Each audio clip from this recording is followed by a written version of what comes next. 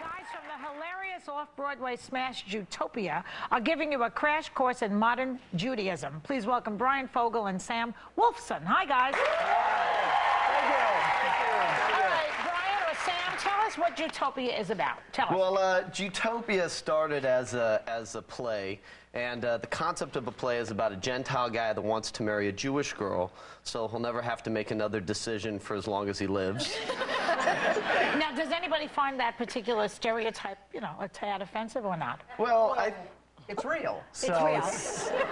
What's really to be offended about? It's real. I see. Right. And my girlfriend's a Jew, so she makes all my decisions. I It's see. not a And you problem. like it that way? I love it. I don't have to do anything. It's fantastic. It's much easier to go through life. You know, you don't have to worry about things. You know how your hair looks, what to wear, what to dress, They tell what to you. eat. Yeah, exactly. So it's all very positive. We learned it from our mothers, and it's all. It just continues throughout history. Yeah, through generation to generation. You dedicated an entire chapter in this book to the holidays and kind of dissecting the differences between Christmas and Hanukkah. So can you share with the class? Yeah, what's the difference? Yes. Well, the book is completely different from the show. It's like the ultimate coffee table / bathroom book, you know, where we do our reading. And so we have a section on Christmas versus Hanukkah, comparing and contrasting. And this is the happy Gentile family celebrating Christmas, and there's presents and a fire and dogs, and it's wonderful. And then we have the Jewish family, and they're just miserable. The only present is a bottle of vitamin C, and so we compare different things, you know, office parties, decorations, and... You know, and all of our holidays are basically, you know, about, you know, they tried to Oil kill slick. us, we lived, we survived, yay! But you know what? That type of misery is what makes Jews very funny, don't you think? Because if you're happy all the time, there's nothing funny. We're always suffering. If we had soul, we would play blues music, but we don't. Exactly. You also talk about... One of the jokes in there is the Nutcracker, which is if you're celebrating Christmas, the Nutcracker is the classic ballet known the world over about the whimsy of children's Christmas dreams. Yeah. And if you're celebrating Hanukkah, the Nutcracker is the nickname of your mother-in-law. So it's a little, it's very different. Contrast.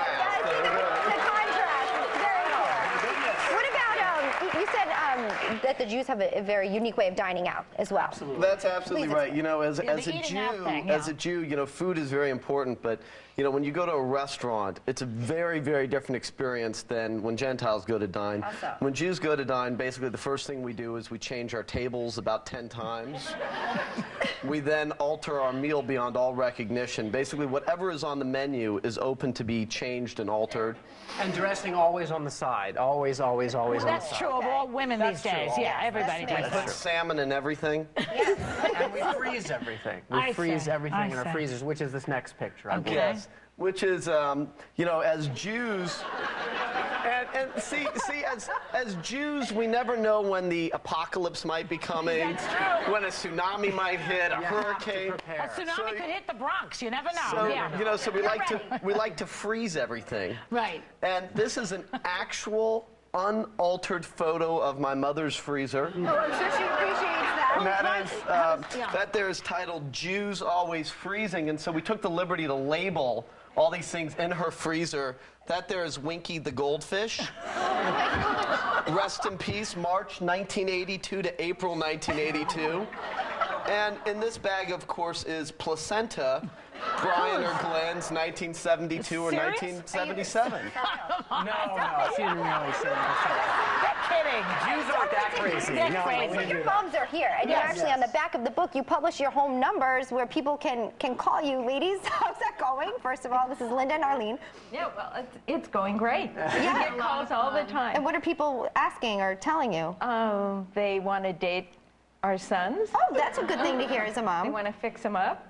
Do you answer the phone? You don't answer it. Well, it's an answering. It's voicemail. Voicemail, and then we call back. And if Oh, you you do do? leave your number, we do call back. We do call back everybody. One guy called and said that his girlfriend has always been doing really nice things for him, and he wanted me to call the girlfriend and just tell him that he had been thinking about her that day. So I did, and she was just thrilled to death.